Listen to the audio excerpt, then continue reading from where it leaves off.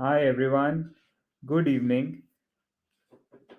Thank you for joining for the first Ask Me Anything AMA session with our super special guest, Peter Harrison. Peter is from Palisadoes Foundation, and this is the first AMA session that we are doing today.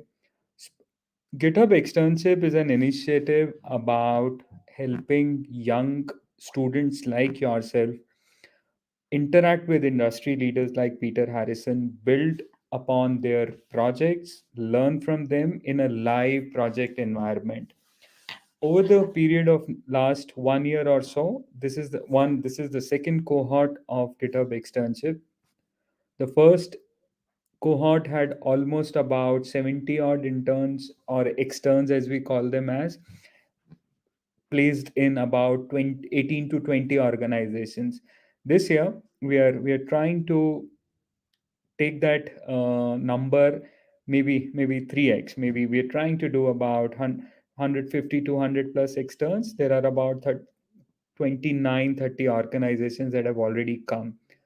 Without taking much of time, because we are scheduled these AMA sessions back to back, I'll hand over this stage and mic to Peter for him to talk about the project and his expectations and what is he expecting from talent like you. Over to you, Peter. Thank you so much.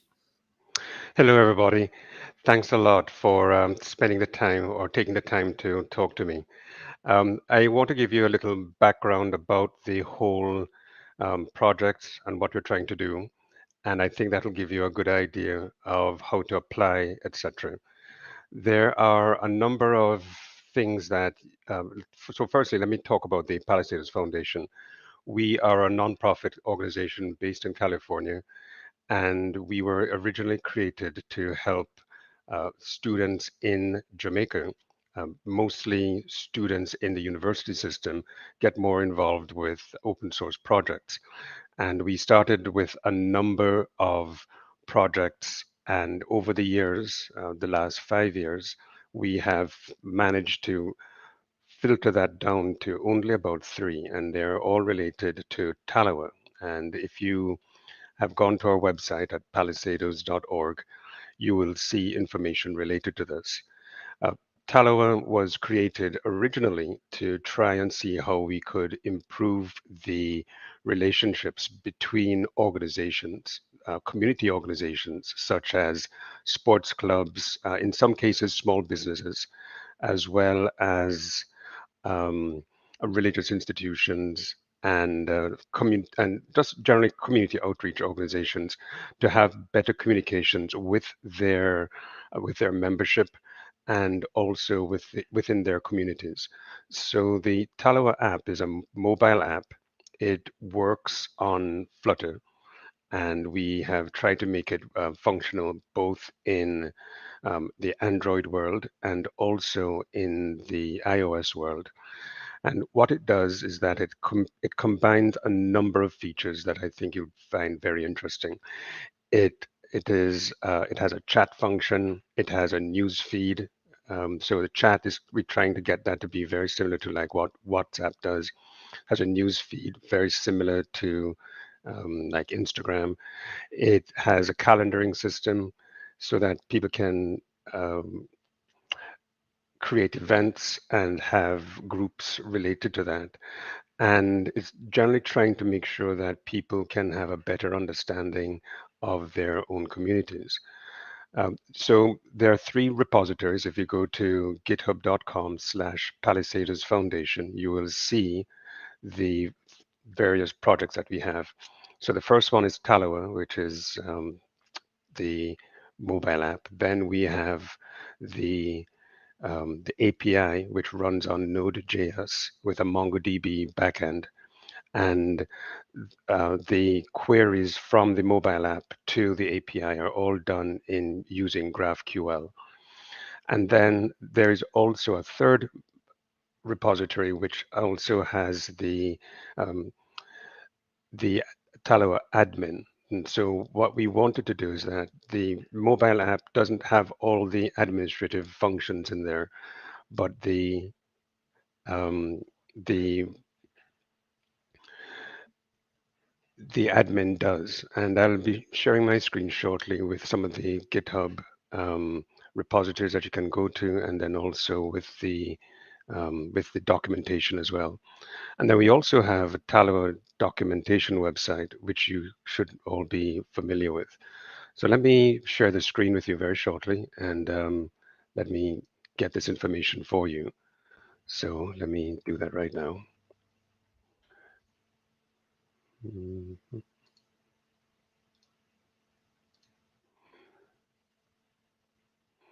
All right. So if you go to the Tallow um, Palisadoes Foundation GitHub website, you will see the list of repositories that we have. And as you can see here, one of them is Tallow, which is the mobile app. We have a number of issues that we suggest that you can take a look at. There are issues related to various types of testing that we need to get done, and also for features that we would like to see. Some of these issues that you have here, you'll see points assigned to them. And what we're trying to do is to make sure that students get familiar with the various issues through the testing regimes so that they can have a better understanding of what works and what doesn't work for us. If you go to the issues page and you click on the pinned issues, you will see a link to student internship programs. And this will give you a rough idea as to what you can do and not do on the website in terms of creating the issues. It leads you to the contributions, contributing.md files. It tells you about the methodology that we want you to follow, tells you that we don't want to have poor quality issues or relatively meaningless issues. An issue in which you're doing a typo fix is not good enough. We need to have something meaningful as well. And so I would generally tend to make you go to these websites or to the Tallow site. And there's also the Tallow API set of issues, and I'm going to be showing you some of these things, but they're all more or less the same. Every single issues section has a link to the internship programs, a link to the low quality issues, etc. And you can go through, you'll see that they have various links. And when you get assigned one of these issues, we ask you to ask that you get assigned to them through the GitHub interface. We will assign you and give you the GitHub externship label as well. Now, one of the things I wanted to show you is that on every single repository, there's a link right underneath the about. So you'll see it here, and you will see it. Let's see where else. Right here, you'll also see it here. And this gives a link to our documentation website. And I would recommend that you just take a quick read of this, but all the documentation is under this docs link. It talks about what Tallow is, tells you what the Palisadoes Foundation does, gives you an overview of the architecture, what it looks like, the admin portal, the mobile app, the API backend, and the databases, etc. And then, probably most importantly for the students, I would suggest that you click down here on the internships page and take a look at the GitHub Externship, and you will see information about what we're doing. There are important links about the GitHub Externship itself, how to be eligible. We tell you to review the website. We have an externship document that you may want to take a look at. There's also information on Tallow on our YouTube channel, so please take a look at that. And there are a number of other things that are here that I think you should take a look at. One of the things that I would also suggest is that you get involved with our Slack channel. And so I will just bring up Slack very quickly so that you can see. We have a very active Slack channel. There's a general linkage here that you'll see. We have a GSOC, well, not so much GSOC, that's not, here we have a fairly active community, as you can see. There are people constantly talking about Tallow and what they want to get done. And so the way to get into this GitHub, into our Slack channel, is to go to slack.palisadoes.org. There's a link there that you can click on and you can get into our Slack channel and start asking questions. So there are two methods to get in contact with us: one through the issues themselves, two through the Slack channel. And I think that'll be very useful. So let's just go to the YouTube website so that you can actually see what I'm talking about in terms of the channels, so that you can get some more information. So if I go here and go to the Palisadoes Foundation, here's a link here, and then we have a number of playlists. And with the playlists, you can see information about Tallow. And I'm just going to put this on pause here, but you can see we have information on a demo day, how to get started with Tallow. We have final presentations from various students we've had in the past. We have a Tallow overview for the GitHub Externship for 2021. This was for the summer cohort. So please take a look at that. And you can also see the before and after activities on Tallow and prior presentations. So the Tallow repository has been live for the last maybe about 3 or 4 years. We really want to see how we can get the code more and more reliable. We want to have a number of features.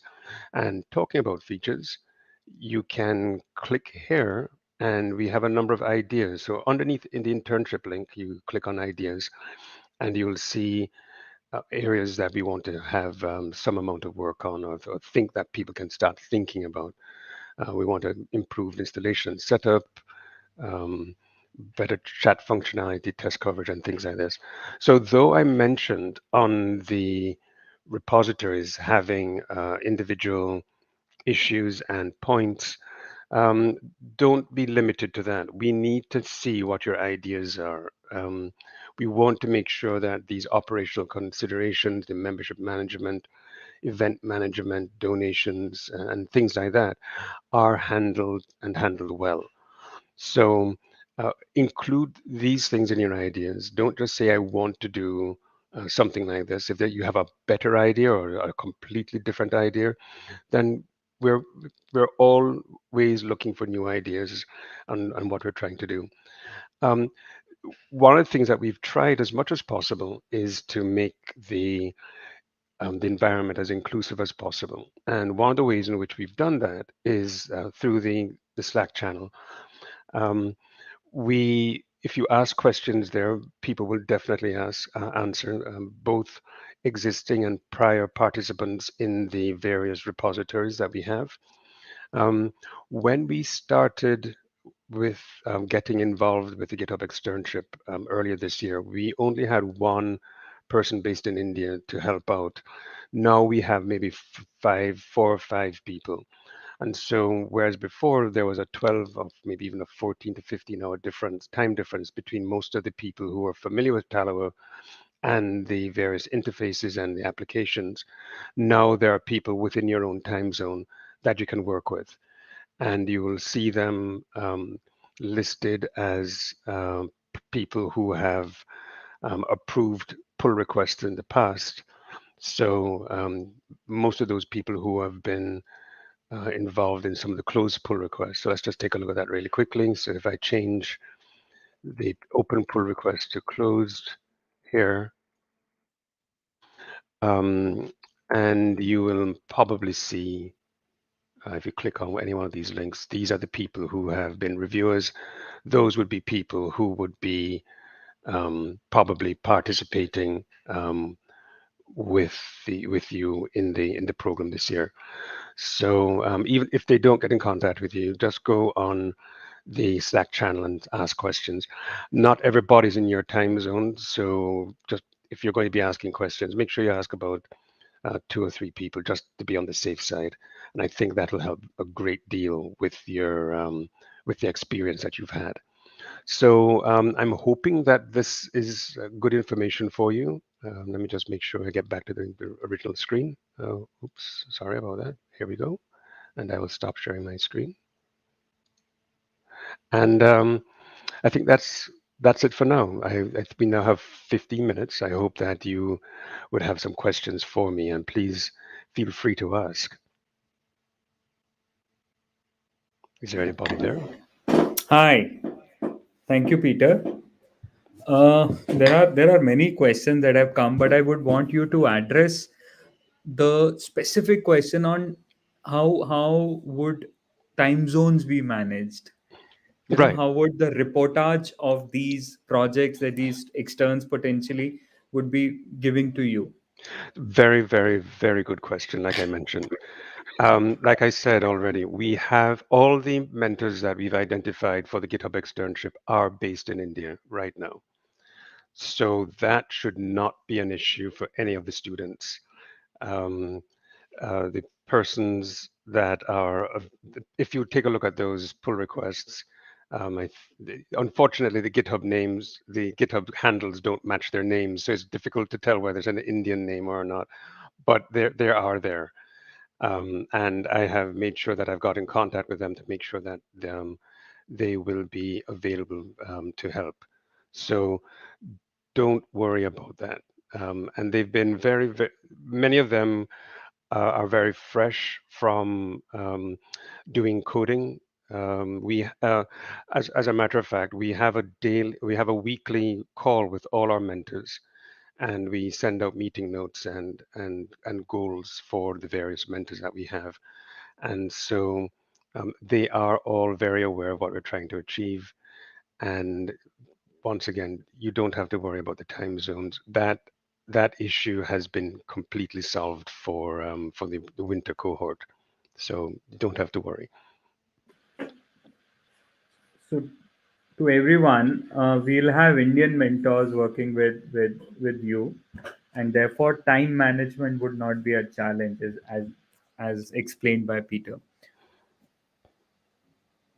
How do they contact you, Peter? I mean, I know you're on the Discord channel already, and we're urging these externs, potential externs, to join on that Discord channel for them to ask any sort of questions that you have.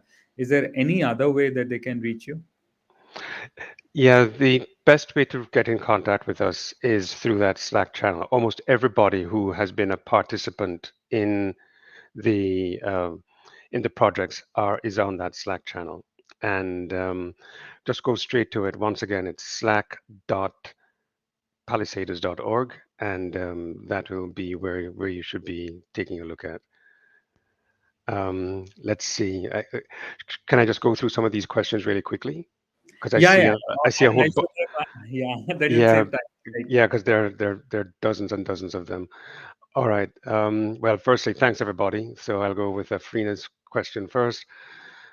What do you need to work on to do work on a project? Please just go to the issues, take a look at them, ask questions about clarification. Don't be afraid. Go to our Slack channel and ask questions about it. I think that'll help. Um, and we can see how we can arrange a technical deep dive. But generally speaking, the technical deep dives you can see on the YouTube channel. Many of the videos are probably, we have a number of 1 hour, maybe even hour and a half deep dives for the various repositories. So yeah, please take a look and take a look at that. That will be very helpful. Some people say that they're not familiar with the various the technologies. Um, there are there are three repositories, and so there are lots of technologies that are available that may fit in your skill set. So there's Flutter for the mobile app under Tallower. Under Tallower API, there's Node.js, MongoDB, and GraphQL. You may not necessarily know GraphQL, but it's fairly easy to pick up. As a matter of fact, we decided upon it once students asked me about using GraphQL, and we migrated over to it. So I had to learn GraphQL myself. And at my age, I think I did fairly well. So I'm sure that you guys would be able to work with it fairly easily. I think there's TypeScript for the Tallower admin, portal. So there's a wide variety of technologies that you can take a look at, and there's time to learn some of it, but don't worry about some of this other stuff. Let's see what I see. What else do I see here? So I've gone through. So Mitul, I hope I've answered your question. Meha, the Slack channel is listed on the various documentation sites that we've just spoken about. Um, a training was, I'm just replying to, I think there's a question about training. I think that's Akhilesh, right? So Akhilesh, in terms of formal training, no, there won't be. I don't think that's going to be something that we can do because we're going to be expecting you to have at least some amount of knowledge of the various technologies. So I think that is going to be important. So you're going to have to take some amount of initiative to get familiar with things. So please go take a look at our documentation, listen to the videos, and I think you'll get a very good idea as to what we want to achieve. You will find people on the Slack channel and in the issues, etc., to be very accommodating. We're we are a welcoming group. I spend quite a lot of my time as the president of the um, Palisadoes Foundation, making sure that we have the right type of culture on the on the Slack channel and just generally in the repository. You're not going to find people making you feel small or inadequate. I do not like that, and I make sure I monitor it very closely to make sure. So do not feel afraid. Just go straight ahead and ask. All right, let's just see. So let's take a look. We have Richa Singh who's asking a question. Do we have to precisely stick to the tech stack mentioned in the project? Um, We would definitely prefer to do that. A lot of work has been done with the existing tech stack to rewrite stuff at this point in such a short time. The 3 months would probably not be suitable. So um, we are looking more towards people thinking about alternative methods of doing what we're doing using the existing technologies rather than rewriting in completely new technologies. If we rewrite in new technologies, then there's no guarantee that the mentors will be able to help you, and then to know what the various interactions would be. Okay, so I think that's going to be important. Where can I learn about Talaba, Reacher? Again, please take a look at the repos. If you don't know where to start, just go to palisadoes.org and there are links there that will link you to all these other sites that I spoke to you about.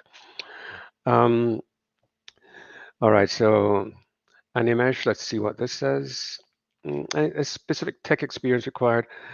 Um, no, I wouldn't say that there's specific tech experience. What we want to make sure of is that you can do what you say you're going to do, and that the ideas that you are bringing or are mentioning in your application are worthwhile and will make a difference in the direction of what we want to try to achieve.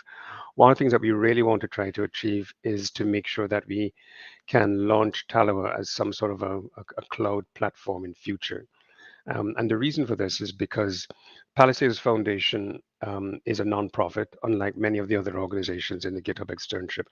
And we need to find a means of earning an income. And we would like to launch a cloud program so that we can earn an income and then sponsor further internships for students.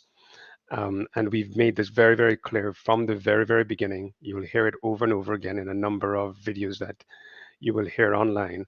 And so that's important for us. So anything that you can think of that would make that goal better or um, uh, make the application more useful to community-based organizations, I think that would be good. So a question that just came in was, does intermediate level experience in Flutter is enough to join the org? I would think so. I think I think that would be quite quite easy to achieve. There are a number of good Flutter. If you're not familiar with Flutter, there are a number of good resources that you can take a look at. There's a I think Udemy. No, it's not Udemy. It might be Udemy. Has a number of Flutter courses. I think I did one of them to get myself familiar with Flutter and do a number of things. So please take a look. Um, that would be very useful. I think there's a lady named Alisa Chen, I think from the Code Brewery or some name with a brewery. That's the name of the organization. Her video is very good. I've done a number of them, but hers is probably the best of them all. All right, let's see what else we have. Um, I want to ask yes, go one ahead. final question, Peter, and Sure. then we let you go. Okay. Uh, what, how do these potential externs impress you with a one-pager note that you're looking at? What should they include and not include in that note? Oh, that's another good question. I think you've almost stumped me, but I'm going to answer it. Um, Show us what you've done in GitHub prior. That really helps to give us an idea. Participate in the issues.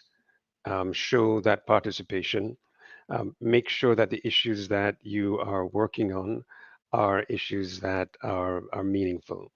And, and so don't just create your own issues, ask to be assigned it, and show us what you've got. Show us how you can make a difference, even if it's in the smallest sense. We're looking for people whose code is well documented, that there's a good logic, that you that the code does not ramble in very large, long files, that the code is well um, has comments in there that make sense to us.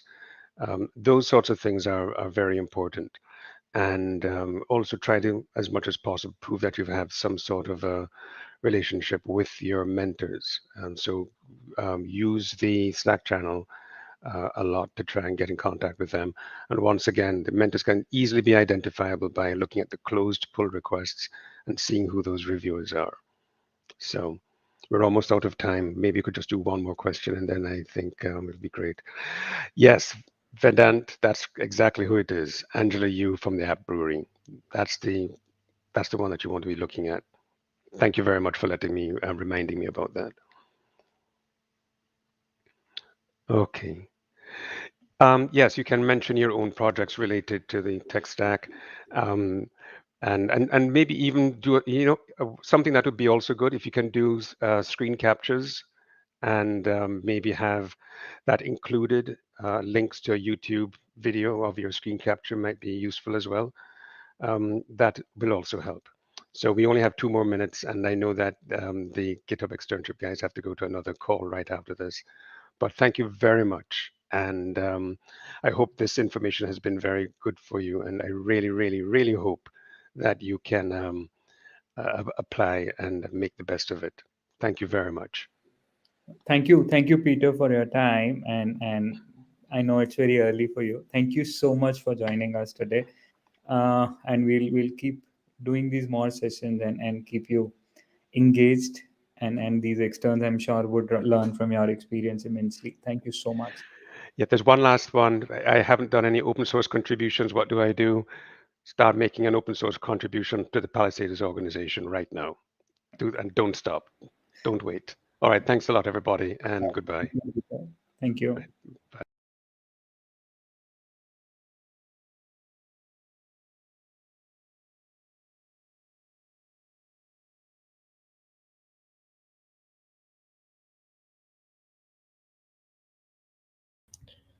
So, thank you so much.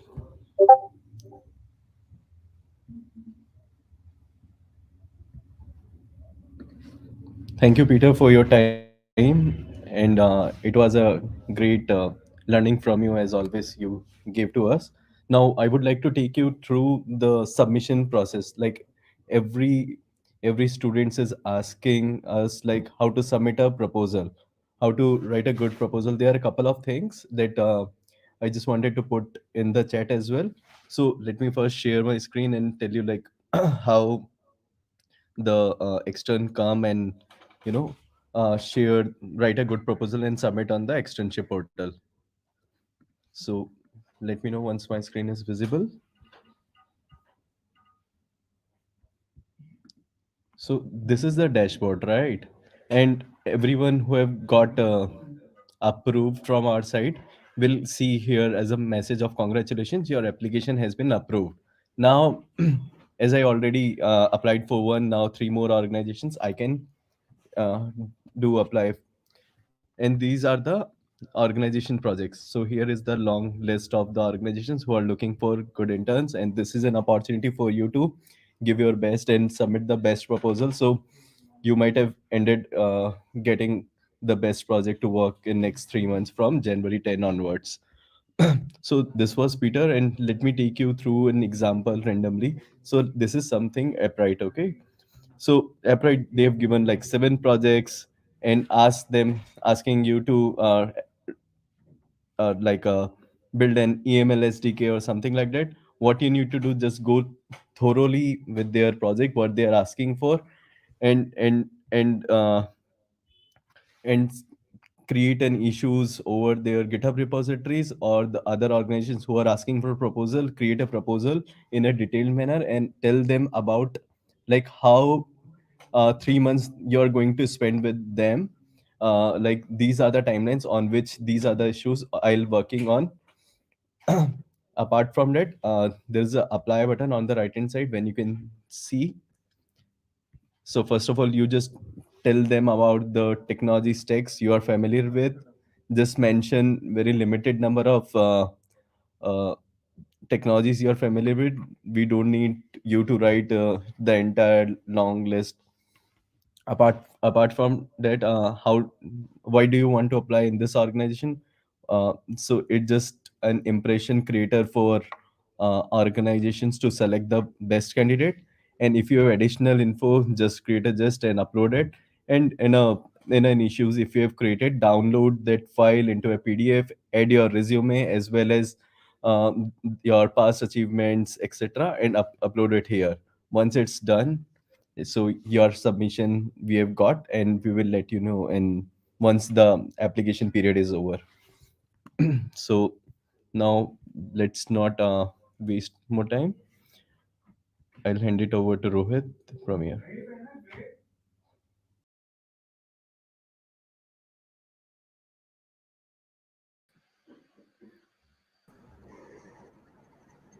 Hi, Rohit. Hi, sir. How are you doing? Good to see you. Good to see you after so many years. Hi, Raj. Hi, ma'am. Yes. Yeah. So, uh, we have Sanjay sir and Rachna ji from Grape. They were part of GitHub Externship cohort 1 as well. So they've been they are the veterans. They know the process, and I'm sure they'll be able to explain what they are looking at from you and how should you write your proposals to impress both of them. Over to you, Sanjay sir and Rachna ji. Rachna ma'am, आपका mute है mic. Hi. Okay, so we do have an experience with externs in the summer, and it was a great experience. And from that only, probably I would like to say that when you are trying to apply for any project, what is important is that whether the technologies, the skills which you have right now, and are they in line with the project and the domain which the project is all about. Is you need to look at that, and also your interest. Like if you do not have the current skills and you would like to pursue that particular domain or technology, then also you can apply. So that is something, your enthusiasm is very important, and that is what is going to make you do this project successfully. So that's very important. That's a critical factor, I would say. And then from okay, um, so Are you able to see me? We were able to see you earlier, but Okay, now. sorry. All right. So important is that you have to first align your thought process in terms of what kind of technology would you like to work with, and the subject, the topic which we are talking about. So this is one, and also let's say if you already have some prior experience, so that is also good. And look at the project, look at try and let's say interact with us, and whatever questions you have, you would like to, we'll clarify those. So basically if you have questions, we would let you know as to what to read, or how to go about it to write your proposal. So proposal will basically contain let's say what are the steps you will take, like in basically developing that particular piece. And though it is something which is not going to be the one which we will take forward, what we do is we just evaluate on the basis of how logically you've thought about it, and with the basic knowledge whatever you have, you've looked up the website, you've looked up some research, and you've come up with a proposal. But when you actually get selected, so what is being looked at is your aptitude as to how you go about looking at a problem and solving it. So that's what we look at. And once you are onboarded, then we are there to handhold you, we will discuss with you, we will finalize the scope, and then go about it. That's what it is. So would you like to add? Yeah, I mean, I think I'm presuming that most of you, if not all of you, would have seen the repo and also the website, and you would have had a chance to familiarize yourself as to what the repo is all about. That is something which is very critical. And as Rachna ma'am has said, it's very, very critical that we should be passionate about whatever we are choosing to do. It should not be doing because, I just want to do something. Unless and until you are passionate about it, there is no way you will be able to contribute. So that is point number one.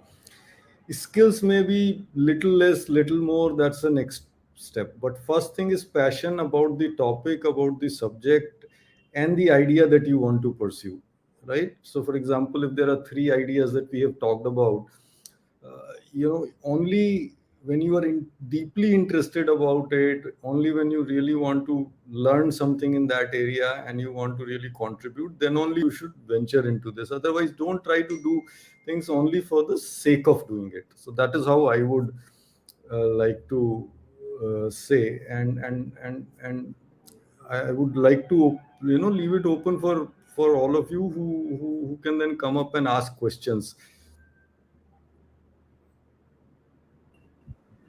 So I do have a question. Like I just received a couple of queries in our Discord channel. So would be Mhm. great if you can enlighten everyone about the project. So what is it all about, and what are the steps uh, you have covered so far, and what are the vision of the project? So Okay, so number one, the project is all about the Wink NLP, which is a natural language processing library. Uh, One of the key requirements which we must understand in this is that it is all built ground up in pure JavaScript. So whatever contribution we wish to make, we will have to be fluent, or at least we should have a fair amount of understanding of JavaScript. The three projects that we have outlined, one is an open-ended project, so that I'll talk in the end. The first one is a very focused one, as well as the second one. The first one is about word vectors integration. Now, as of today, the Wink NLP library does not have fully integrated word vectors with it. So that is the first thing that we are aiming at, and where what you would be required to do is work at two ends of this spectrum. One will be the model, because it is the model which will undergo the change. Right now, the model does not incorporate word vectors. And second is at the NLP level, where you will have to develop APIs to provide the word vector to begin with, the minimum that you need to do is that the word vector for a token should become available via an API. And I'm again presuming that you have some amount of understanding as to how WinkNLP works.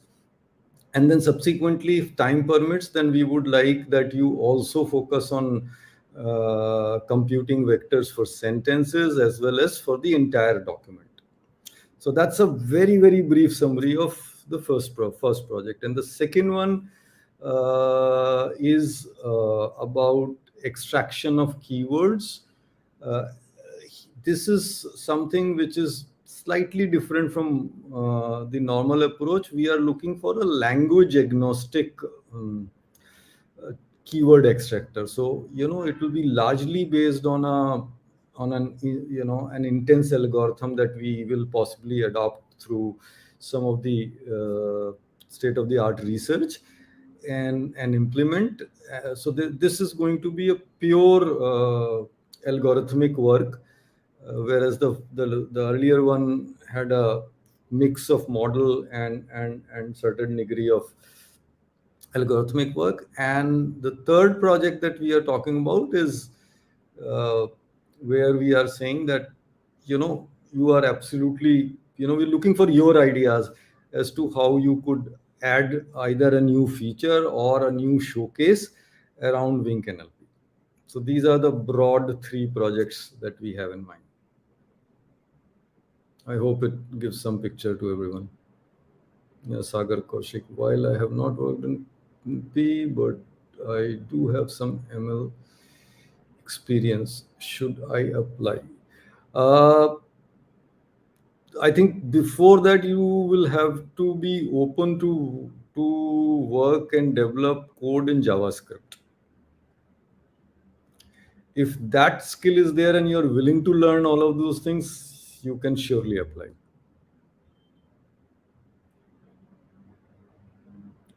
Does it answer your question, Sagar? Yeah, I hope so. So as mentioned by sir, so what are the ideal proposal looks like for the Grape slash WinkJS organization is like you have to come up with the idea that you have mind and can build during the internship period. Then you have to write a good synopsis, like a project idea, brief description would work. And then the impact. What impact will the idea have on the growth of the project? So like if you are spending 3 months, so you have to divide those 3 months into weeks and tell them like this is how I just wanted to contribute towards this open source project. This will also open doors for you to consider them and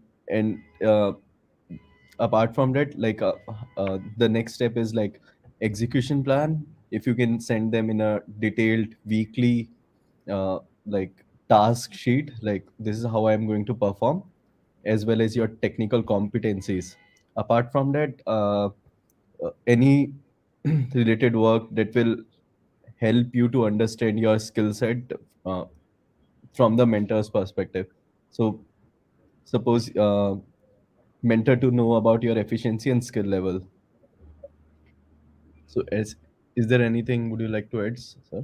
Yeah, I think most important thing for all the three projects is that you will have to invest some time in understanding WinkNLP, so that once you know, then you will understand what exactly and how exactly you can contribute. For example, the first one, and I'll again try and slightly detail it out. When I say it is an integration with word vectors, right? So unless and until you understand the API, like how a piece of text is processed by WinkNLP and what are the various elements that are there and how you access them, etc., you will not be able to really formulate any idea in terms of how the word vectors will integrate, right? So that is something which is very, very important. I can probably throw a hint here at this point in time. Yeah, I'll come back to Unnat. Just let me complete. So, for example, when you talk of WinkNLP API. At the lowest level, it has something called .out API, where you can either get access to a token or a sentence or various properties or the entire document. Now here at that level,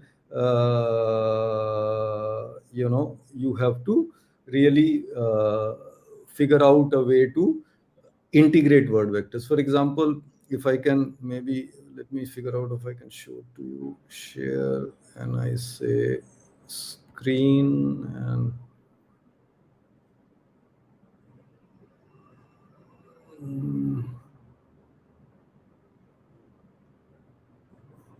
Chrome tab, and let me show you. I'm just taking you to the website to give you an idea. If you go to the tutorial section, and if you look at if you go through some of these things, which one can go in detail, but I'm just trying to show you some specific parts. So for example, if you have a text and you processed it and you want the original text back, which is the simplest hello world program, so it says doc.out and you get the text back, right? Then you can get either a token or an entity or a sentence or document and various properties. So that is a framework around which you are the end user or the developer will be accessing the Wink NLP. Now the question here is that when you integrate word vectors and there is a token and you want to know the vector for that token, how will you access it? So that part of API design, that part of API implementation, that part of API testing, that part of documentation, etc., will have to be carried out. Similarly, when you move from a token level to sentence, then of course you'll have to figure out that if a sentence has n number of tokens, how do I compute the one single vector? Of course, there are multiple methods, so we'll have to discuss that and finally figure out which methods do we implement and how do you really integrate with API. So this is one example that you will have to understand. So similarly, if we talk of the second project where we are talking about keywords, right? So here, if you notice in the parameters, there is things like it's .normal, which means the normalized form, or the part of speech, or the stop word flag. This is where we are talking that this is currently unimplemented, that I've highlighted. This is what you have to implement, and this has to be implemented for token, this has to be implemented for sentence, and this has to be implemented for document, along with the model integration. So this is one part. Similarly, for the other project, which is the keyword extraction, you will have to implement an API which will talk about its keywords. And the moment you say that, somewhere within the Wink NLP system, the entire algorithm will kick in, process the text, and produce the output. So this is another example. Then similarly, there are showcases that we have talked about. Showcases, two aspects. One is, if you have a grand idea, please propose.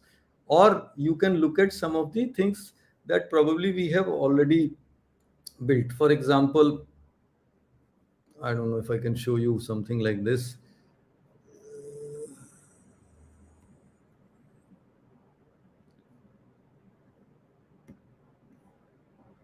It's running slow.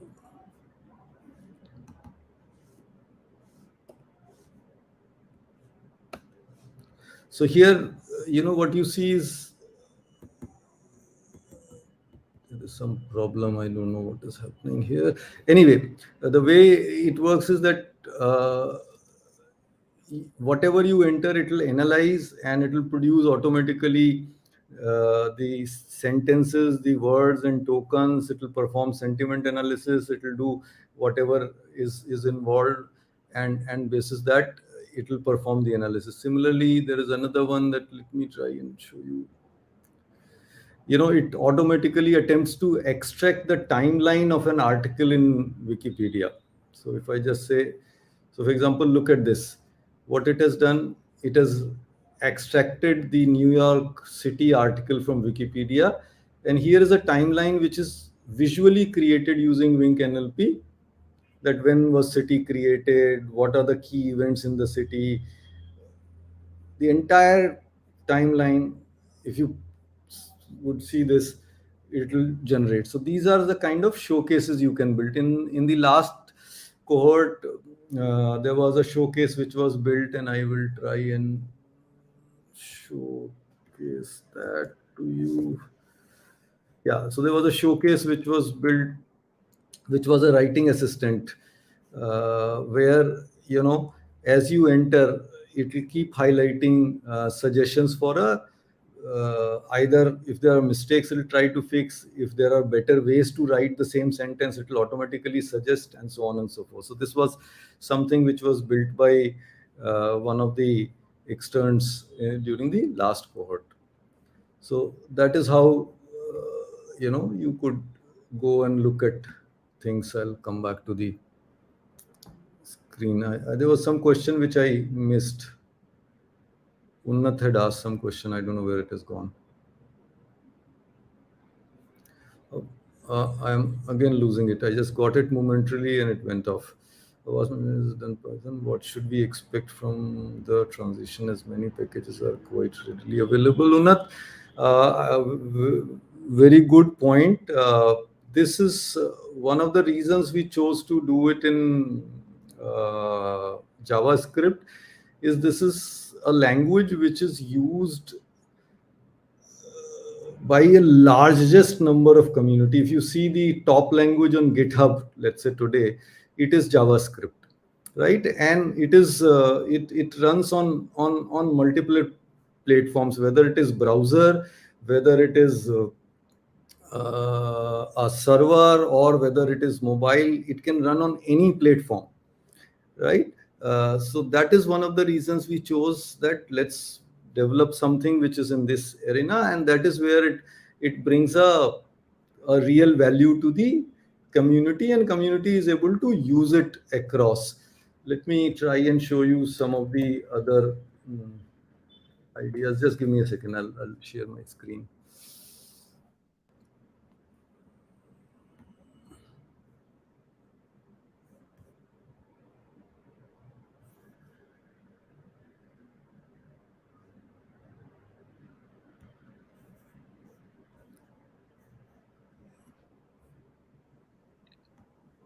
Yes, documentation is available for Wink NLP. Wink NLP has, a complete tutorial. One is, and API documentation is also there. So if you visit the website winkjs.org, you will be able to look at all that. So now here is an example. These are some of the other showcases or recipes that are available, and they're being used widely across. Like this is where you enter a text and it performs a wikification of that text. Wikification meaning all the entities are extracted, and if there is a Wikipedia article found corresponding to that entity, it will be automatically linked. So for example, this was the text here, which has been wikified, and you can see all the keywords have been linked. So if I go to, let's say, click on Buzz Aldrin, it will take me to an article of Buzz Aldrin. So this is something which has been done, and so this is something which is pure browser based application. There is no backend server. There is no high end computing which you need on the server. You can just run it on your browser. You can run actually an entire NLP on your browser. And just to give you an idea as to at what speed it works, this is the rate at which Wink NLP, I've just shown you live a benchmark. It is processing 1 million token in a second, which include tokenization, sentence boundary detection, negation handling, sentiment analysis, named entity recognition, and part of speech, not the CER, which is custom entity. So all of this, it's able to perform at such a tremendous speed on a browser. Now, this is a very, very big thing, which no other package is able to deliver speeds at or a performance at this level. So these are some of the motivations which has led us to push it on JavaScript rather than Python.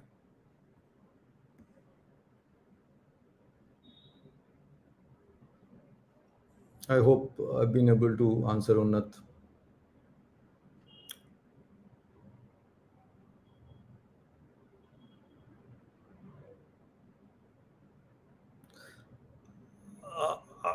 It'll be more like a discussion, understanding, and not really quizzing you, right? So I would not really call as an interview where you expect to be quizzed, but yes, it will be interaction to understand from where you are coming and what is it that you have in mind, and how would you like to work on the project.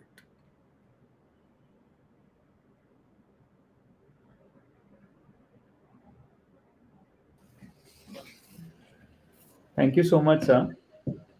I think we're just about the time. Thank you so much, Sanjay sir and Rachna ji, and look forward to a great journey with you being there. Anytime. Sure. It's a pleasure. Thank you. Thank you. Thanks a lot. Thanks, everyone. Yeah, will there be? That's it. So there's no other question. Thank you. Yeah. Hmm.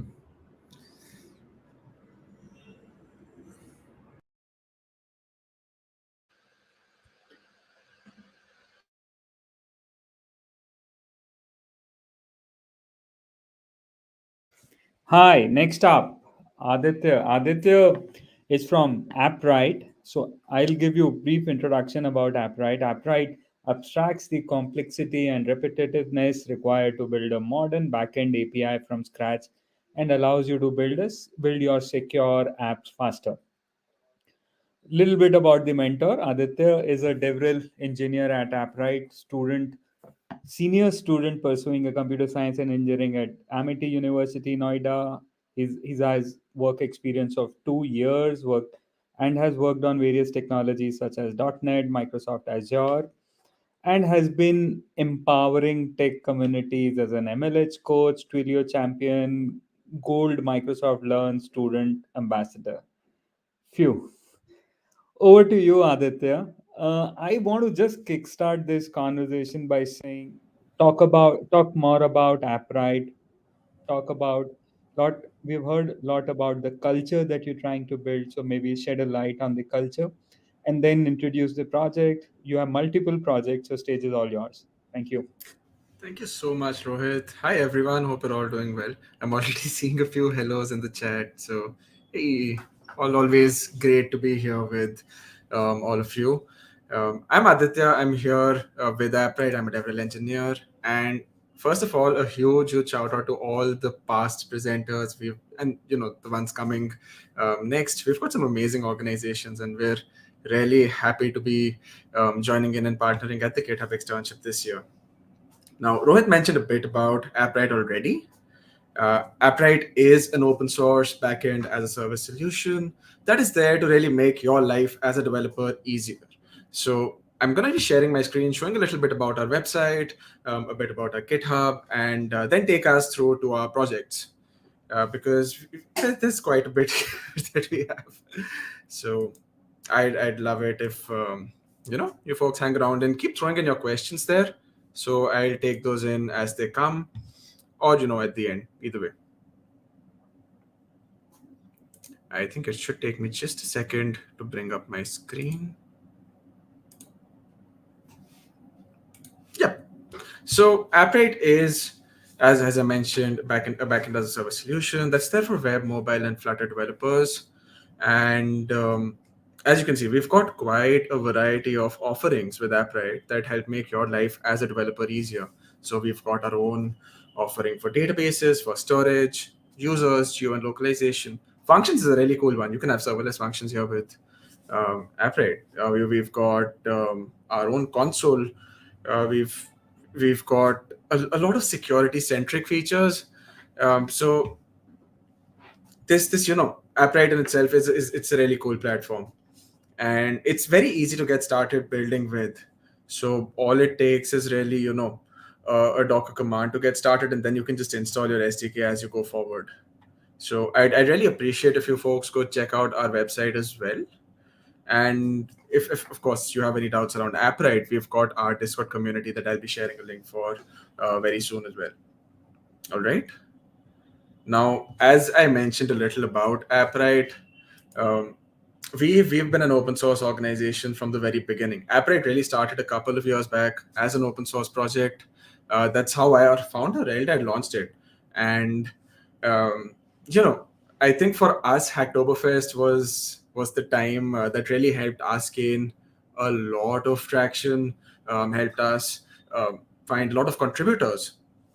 So for us to be able to work with the open source community, especially through a program like the externship, is really amazing, because the community is what brought us, um, you know it's gotten us to where we are today. Now, as I mentioned, of course, you since we're here at the externship, since we're contributing, it's a good idea if you go ahead, hop over to our GitHub repository. It's just available at Appwrite/Appwrite. It's an amazing resource to understand what our Appwrite is all about. Since we're fully open source, you can check out the entire code base. You can find how you can install Appwrite, work with it. We've got a documentation as well for that purpose. You can also check out the GitHub. I wanted to specifically take us over to our contributing guide, because the contributing guide is a really amazing resource that you can leverage. Since the externship projects would allow you to contribute to Appwrite, this is probably one of the best resources you can look at, because it helps you understand, of course, good practices around contributions, but also what our tools, what our architecture looks like. So if I take us to our architecture, our current structure is a combination here of a few of monolithic and microservice architectures, and you can actually find how all of this works together. We've with Appwrite, at least the way it's built is, you can connect with your Appwrite server using a REST API. We're also working on GraphQL support, which is really cool. And behind that, we've got quite the range of services. Our users, teams, database, storage, all of those that I mentioned earlier. Along with that, we've also got a real-time API that leverages WebSockets to give you real-time updates on any operations happening around on Appwrite. And behind that, we've got quite a plethora of different services that help your solution work better. Which is why Appwrite is great, because Appwrite really takes away a lot of the time you might need to develop your solutions. Honestly, today development's pretty hard, and a platform like Appwrite really helps you build a lot faster. And you can actually understand and see how you can build with Appwrite, and you can check out our different SDKs through our documentation, which is just available at appwrite.io/docs. It gives you a good guide on the installation as well as our REST APIs. So even as I hop over to accounts, for example, you're gonna get to select which SDK you want to work with. Suppose I just stick around on web. As you scroll down, you will get information about the endpoint as well as how you can send sample requests. You will get all the request parameters, the response format, which is actually pretty cool, right? It's a great resource for you to understand how you can leverage Appwrite. Now, I've been talking a little about Appwrite, a little about the solution, and it would be lovely if you folks check it out. I'm going to be sending over the links very soon. Along with that, we've also got a channel on the GitHub India Discord server for these AMAs. So you can always reach out to me. We've got other members from our team like Christy there. So feel free to do that. Now, I showed you there's quite a plethora of services that we have. And we've got a few SDKs. As you look at our client SDKs, we've got all major client platforms supported. We've got Web, we've got Android, we've got Flutter, we've got iOS. We've got quite a few of them. Along with that, we've got a nice range of server-side SDKs as well. So, we've got SDKs for Node, for Dino, for PHP, quite a few different ones here. And that makes it a really great platform where, if we're trying to build it in a way that it's rather platform agnostic. While, of course, the SDKs are there, effectively any language that you work with, any general purpose language that can make an HTTP request can be used to work with Appwrite. But of course, when you're working, having support for some of these SDKs, it's always fun, right? It's always cool. So that's a part of our projects as well. We want to work on a few different SDKs. Along with that, for Appwrite, we've been working on our database adapters. We've been working on storage. So we're going to be working on a few of these platforms.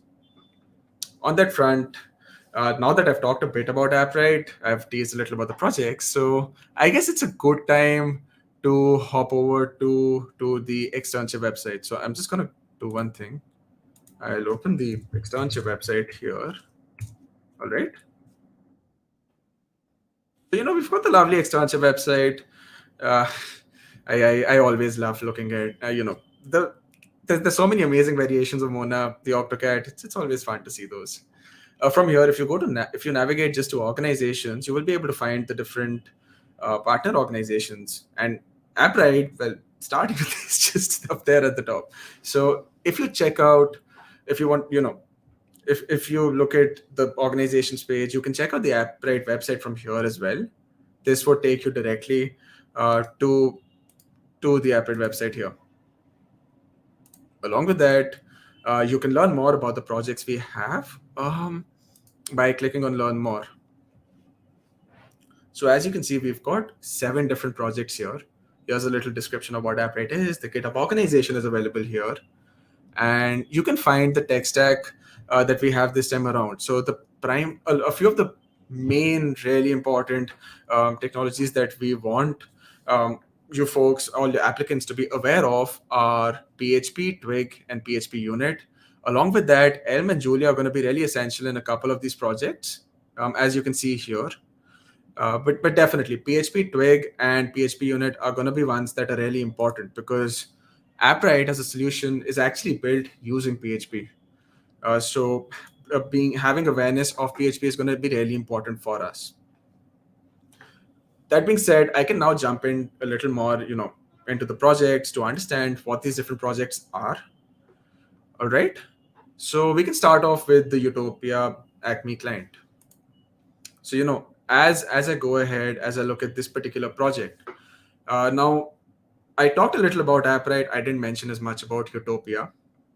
What Utopia is a framework it's a PHP MVC framework that the Appwrite team has created and maintains. And this is a framework which features, minimal must-have libraries that and allow professional, secure, and secure advanced web development with PHP. And this framework is leveraged throughout Appwrite.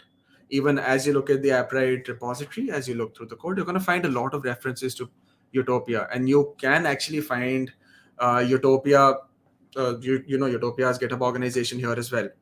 In fact, all the resources for each of these projects, where we have a few links that you can check out. So if you just click on these, you're going to be able to find, and access all of these resources here. So, of course, one of the servers, since we're a backend server that you're able to connect with, one of the services we actually use is a certbot tool that under the hood automatically handles SSL certificate generation to ensure that the connections that are your applications would make with your backend server are secure.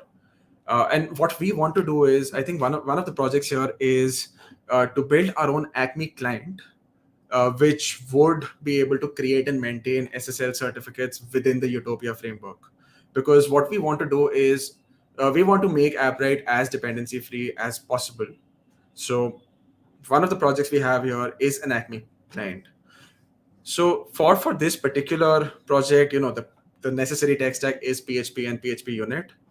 PHP unit, of course, is a unit testing framework, that we have for PHP. And we've shared a few resources here for the same, for Utopia, for PHP unit, and just to get a basic overview of SSL and the Acme protocol, if that's something you're not fully aware of. All right, so that's the first project that we have here. The second one, I can take you back, we can get back to some of the other projects that we have as well. So we've got storage adapters. That's something we can dive into next. When it comes to the storage adapters, with Appwrite, one of the new features that we're working on is to allow a user to select their choice of storage medium. By default, Appwrite uses a Docker volume to store users' files, but we want to enable your choice. And for that purpose, we're actually building in support for Amazon S3 as well as DigitalOcean spaces right now. But we want to extend the functionality to other platforms such as Backblaze. So storage adapters are another way by which you can contribute to Appwrite. For this, we've shared the RFC for storage adapters. We've shared the implementation PR of Amazon S3 as well as the contribution guide for storage adapters. That should help you understand. Within this, you have full freedom to choose which storage adapter you want to work on. All right.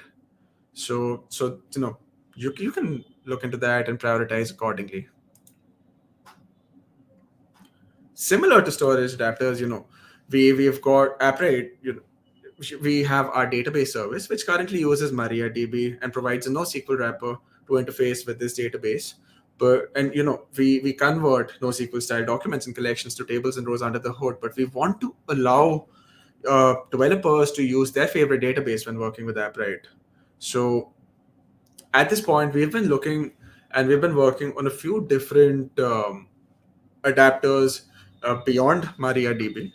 We've been working on MySQL. We've been working around MongoDB.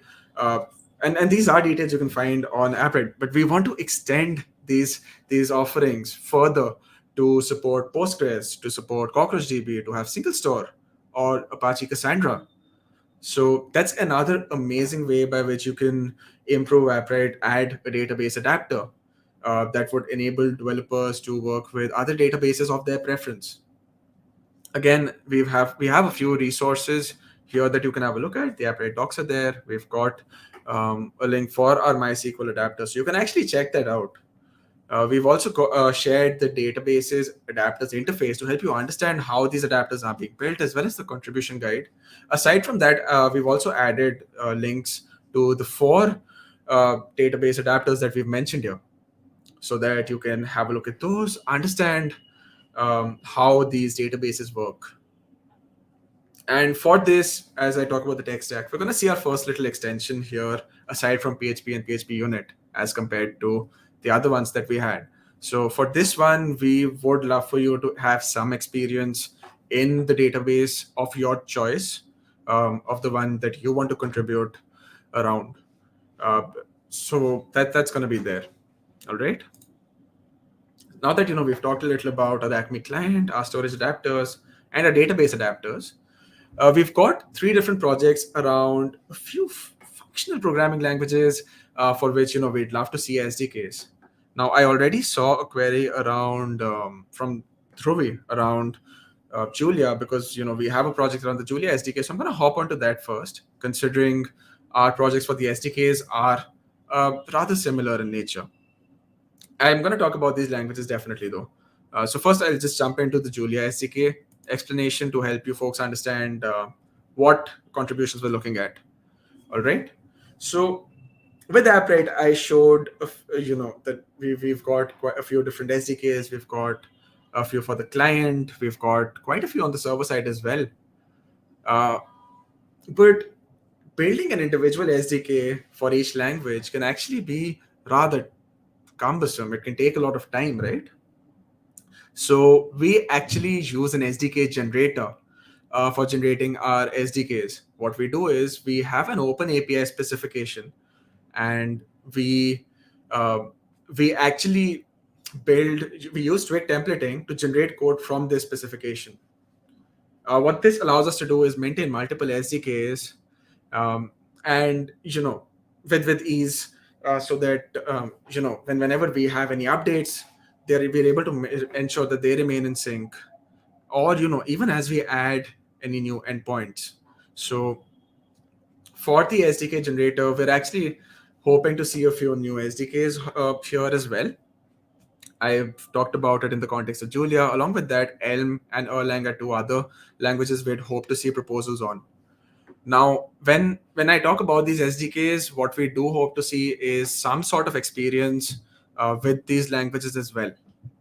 The reason for that is that having an understanding of the languages you'd build an SDK for would allow you to template them a lot better, since every language has its own syntax, it has its own requirements, and being unaware about these languages might make the process to build an SDK for them a tad bit more difficult. That being said, though, we've shared a resource for these languages as well, so you can always check out the documentation, the websites for these languages, understand if these work well for you, and maybe try that out and then accordingly apply. I hope that helps Ruby out as well. It's great, that you've got experience with PHP, but we would love to see a little more hands-on experience with Julia, since that will help you understand the intricacies of that language.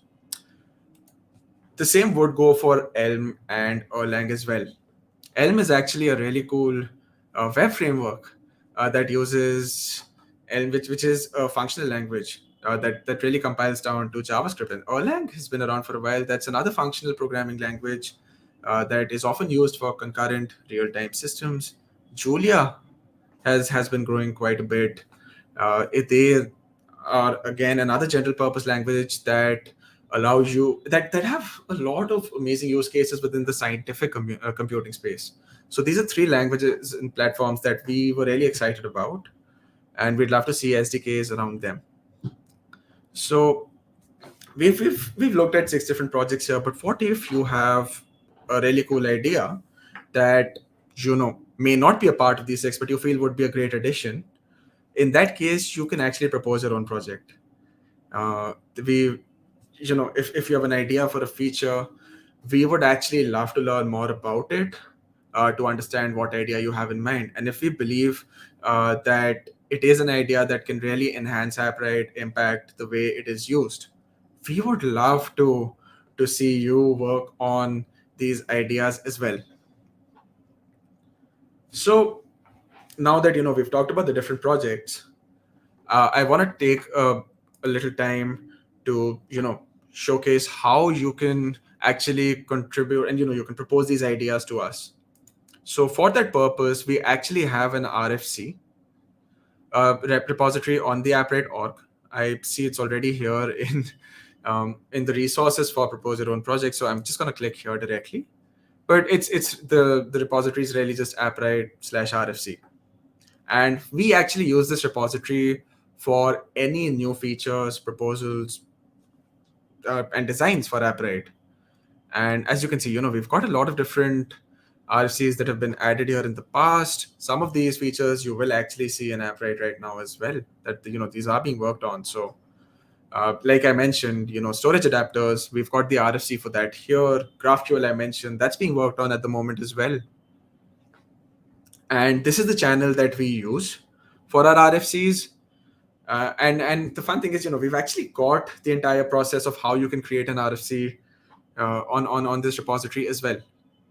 So on this channel, if the first step to getting your RFC up is really cloning this channel.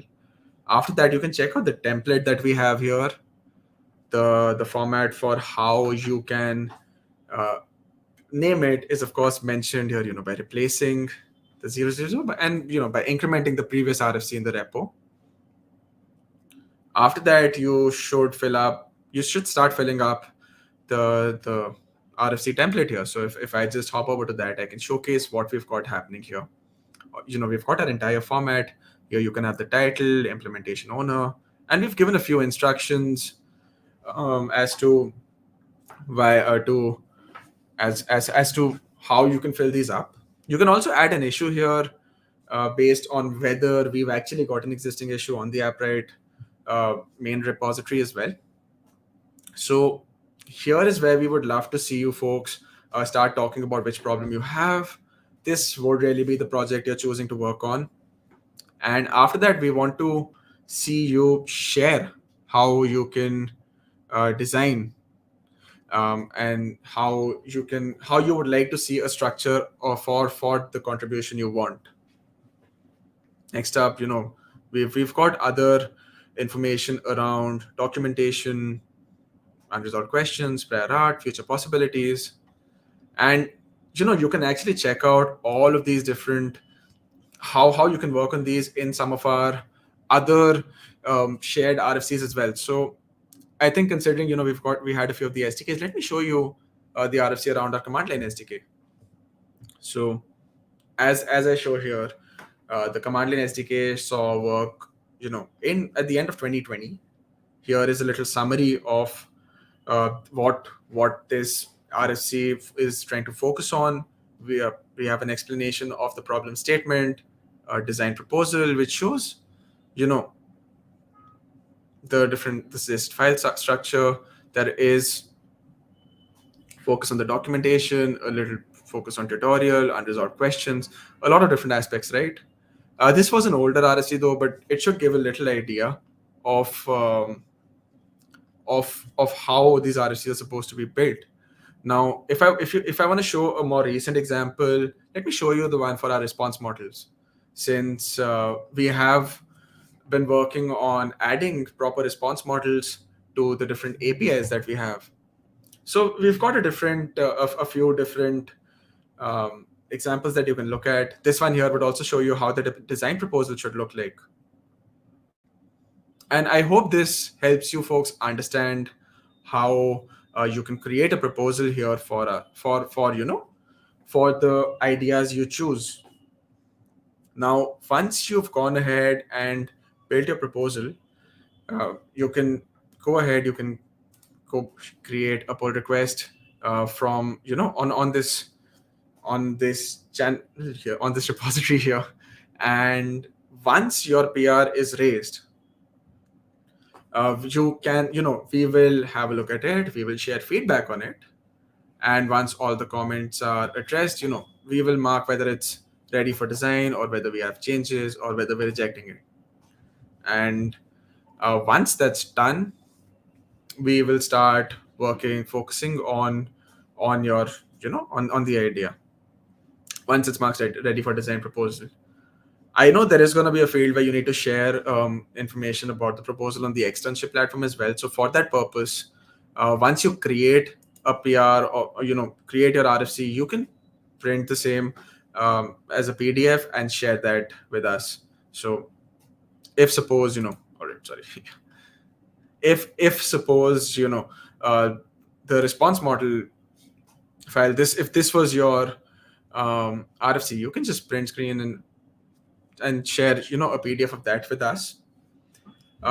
We do want to add here at this point that any feedback that you have on the idea that you want to work on, we're going to be sharing on the pull request you make. So you should keep an eye out on that for changes, for suggestions, and once we are through with that, if it's approved here, you can then go ahead and start working.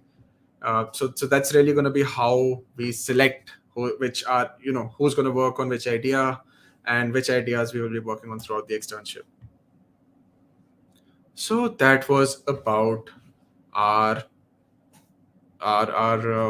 projects and how you can join us, how you can contribute to Appwrite during the externship.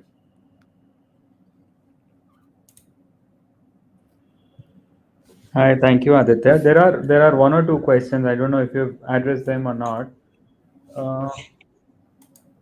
Yeah, we can have a look at those. On your screen now.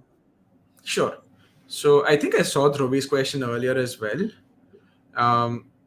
And for that matter, as I think I mentioned earlier, but what I would recommend is that if you want to work on the SDKs, especially with Julia, I know Julia is a really cool language. That's been one that we've been seeing a lot of attention around recently.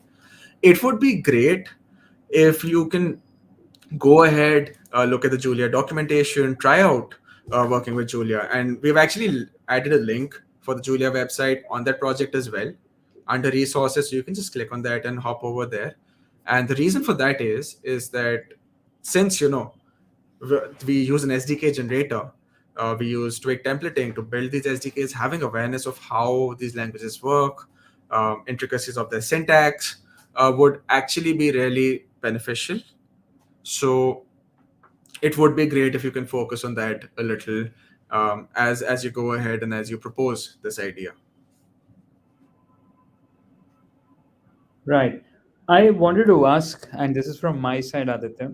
Uh, how can these potential externs, while they are working on the project, while they are in the process of applying their or putting together their solution and reaching out to you, how can they reach out to you? I know there is a Discord channel that we're trying to do, and you're there.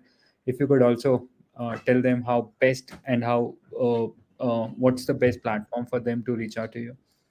Sure. So for Appwrite, we've actually got our own Discord community, and I can actually take us there once as well. Um, let me just bring back my screen. Thanks a lot for that.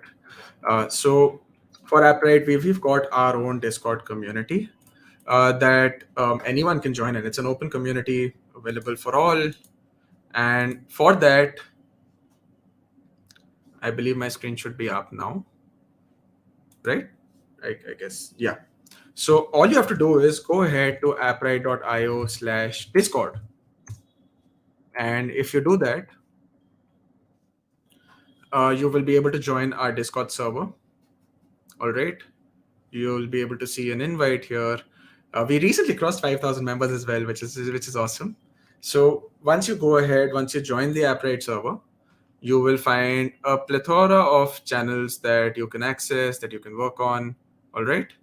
So yeah, Discord's gonna take a little while to load on the browser, but I think I can send over the link here. All right. So I guess that should help. Yeah. Discord's We are loading up for me, so I can show that for you. No, I Different think we'll channels we we'll have.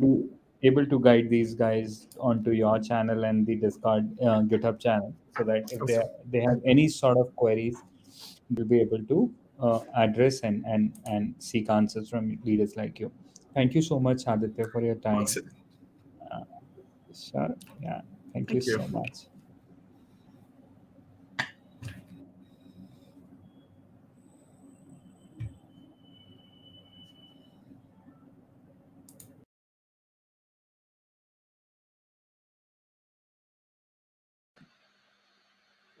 Hi Rohit, Next. Hi, Mithilesh. How are you doing? I'm doing good. What about you? So far, so good. Yeah. Okay. Hello, everyone. I have the last guest of the day today with me. Mithilesh Jindal is from Bharat Rides. Bharat Rides is a patented platform to integrate multiple modes of transport into a single system. Their main goal is to encourage people to use public transport. And and I know the kind of word that we're trying to build, I think that's the need of the hour. So my recommendation, of course, is to work on this project to all of you, however biased I may sound, because in order to reduce the congestion and travel time, I think something like this is the need of the hour. Over to Right. you, Mithilesh, for you to talk Okay. more about the project. What are you looking at from these externs, and how hmm best they should build their projects to impress upon you? Okay. Fine. So first of all, so Rohit, can I know that what type of students are currently connected and looking out the this session basically? So based on that, I can change my words for them so that they can understand that what is Bharat Rights and what we are actually looking out for. So these are from GitHub campus partners. These are largely Okay. engineering students pursuing computer science engineering in over 200 Okay. plus academic institutions all over the India. Okay. Okay, fine. So basically, Rohit, if I say about Bharat rights, so what we have found so far that everyone is looking out for information. Not only me, not only you, but each and every person across the world is looking out for information. Because when I move from my own city to another city, I'm always lack with the information, and at that point, I need a information that I want to reach to a destination and how I can reach to a destination. It's simple. So for that, we got a patent on a unified interface.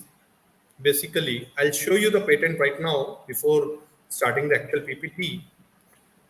We got a patent for a unified interface and for a transportation system, you can say, where we able to integrate all the public transportation, no matter whether it's a metro rail, railway, government buses, or any other ways of transportation, whatever is available with the government, as well as the private transportations like an Ola, Uber, Meru, or any other type of service providers who provides a service in a transportation field, basically to the commuters. So multiple partners, multiple service providers can be integrated into a single system. And after integration into a single system, we able to provide them a multi-step journeys which starts from origin to destinations. Let me show you one more diagram. As you can see that from origin to destination, sometimes we go through a metro or through NMC buses or through any other different modes because we want to save some money, because it's quite sure that in the metro cities, if you want to go from one origin to destination and the time required is so long and the distance is so far, obviously you need to pay lots of money to the big companies. So what we do basically in that case, we as a human being, we look out for alternatives. For example, if I want to go from from one location to another location, I'll look for alternative. So I'll look for auto first, so that auto can drop me to the metro station. And then from a metro station, I'll took a metro to the destination. And from destination of metro, I'll look for another auto to reach my original destination. And during this journey, we do not have any solution where we can book a single ticket for all the journeys and with a single payments. So basically this innovation we did so far, and this is actually currently available in Nagpur Metro. So now we'll move to the PPT basically, because I given you the overall idea.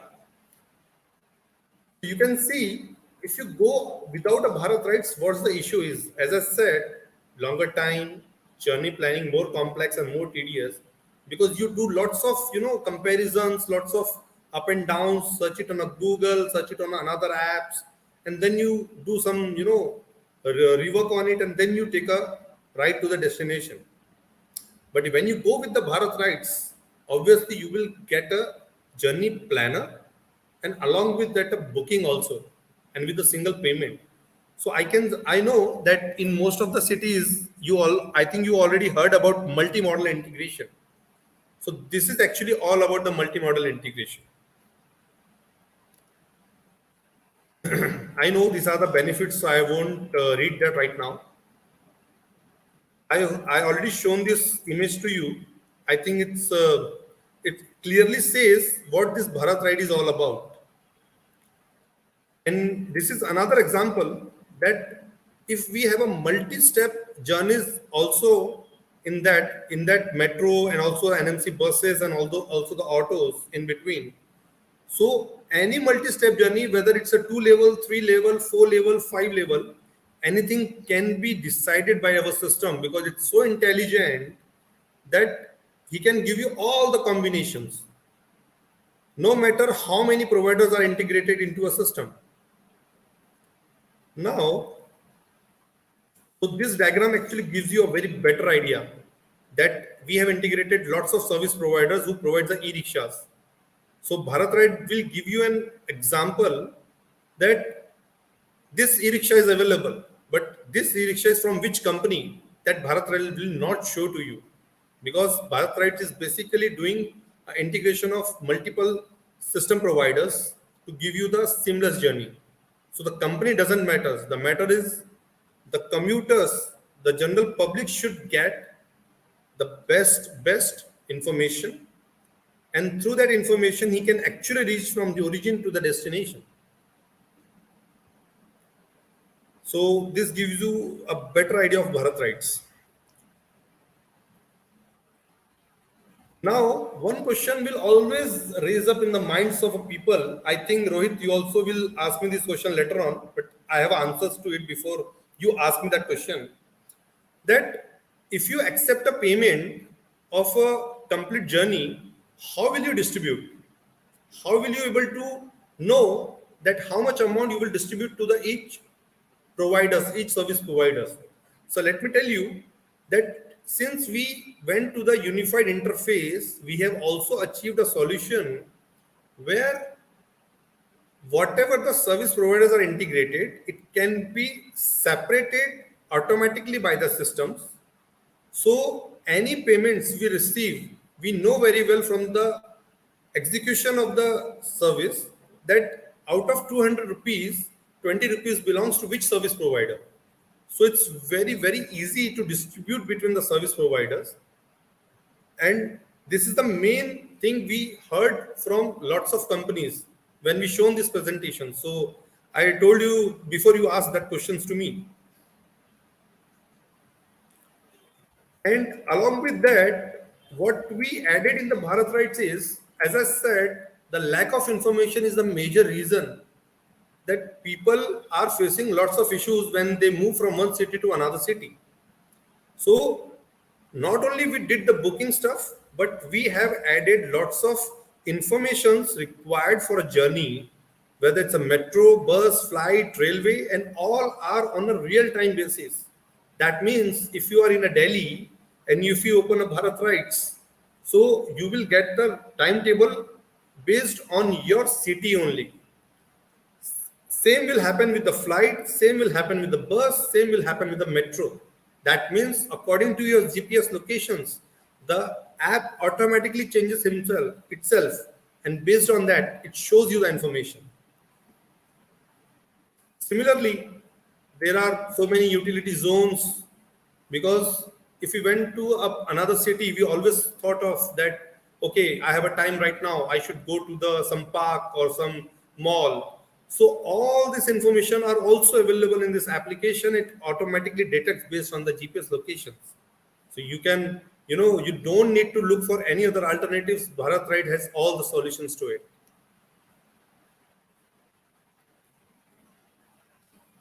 Similarly, we have made a very innovative system called Find Nearby Customers. As I said, that Bharat Rides, in the Bharat Rides, we integrate lots of service providers. And when we say a service provider, it's obviously it's autos, cabs, or e-rickshaws. So generally what happens is auto drivers, cab drivers are only aware of railway timetables, flight timetables, that's all, because that informations are easily available. But they are not aware that how many people are working near to your location, how many companies are available near to your locations. Such informations are actually not available.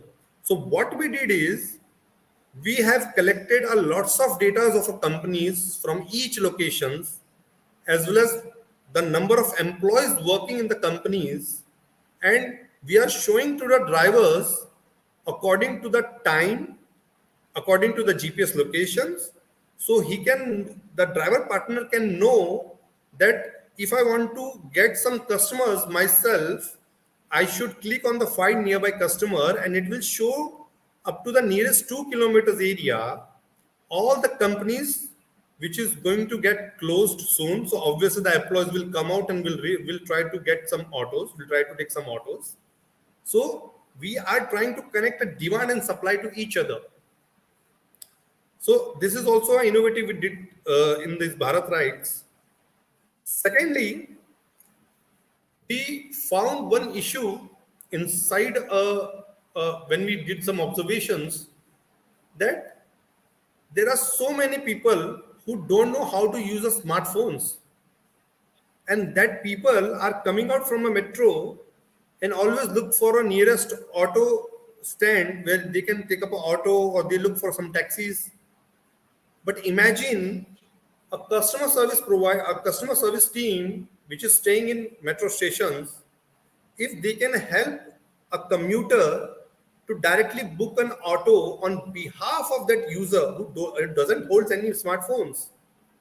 So in that case, the commuter will feel very happy, and it can increase lots of benefits to everyone, to Bharat rights, to metro, to each and every persons. So we have made this booth booking where any person can book an auto without holding any smartphones.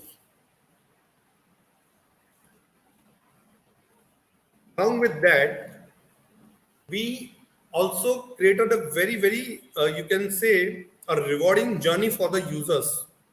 Basically, currently it's only available at Nagpur, but we are expanding to different cities now. But what we did so far is, every metro users who takes a QR tickets or who takes a smart cards and spends some money on the metro journey, so we have given them 100% cashback. And to redeem that cashbacks, we have made a partner network across the city where the user can redeem their balances, whatever they got as a cashback, to that partner networks.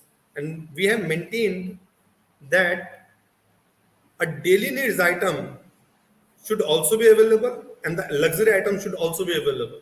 That means a person can also buy a daily needs item, a person can also look for a luxury items, because we know that the commuters can be from any class. So everything should be available to the commuters.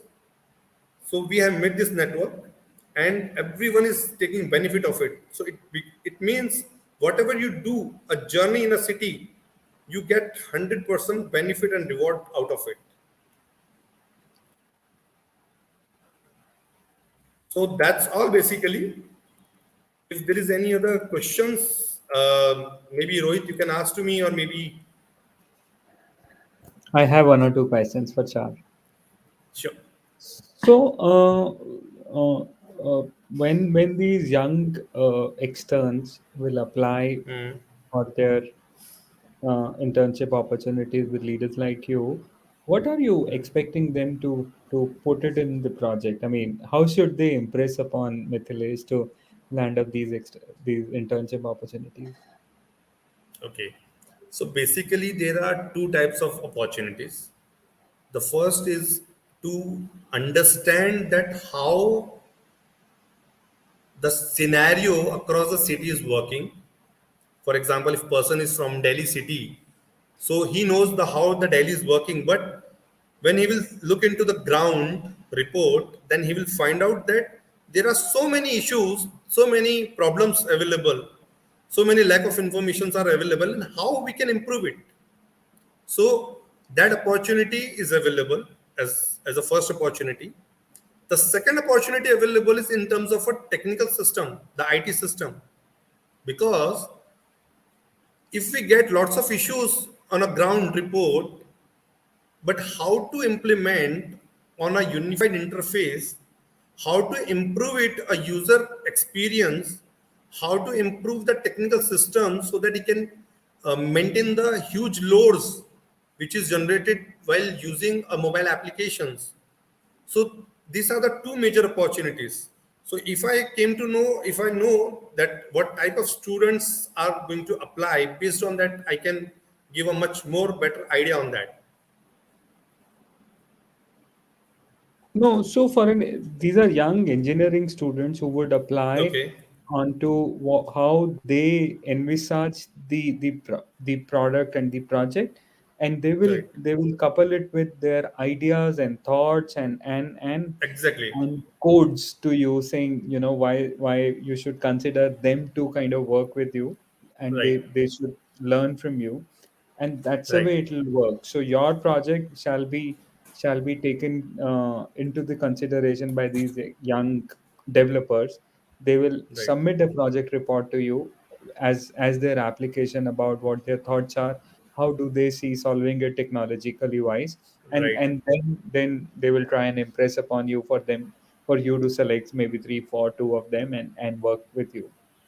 Right. Okay. So basically, I know that coding is a major part of a system. But as I said, that if the person knows about how the things will work upon, and if you can implement that things into a coding stuff and into the system, that's what actually we are looking out for. Sure. Yeah. Yeah. So, is there any question for Mithilesh that I want to? Meanwhile, while these questions will pop up, I want to ask how best can these externs reach out to you as and when they start working on on on the project? Okay, you mean to say how they can contact me?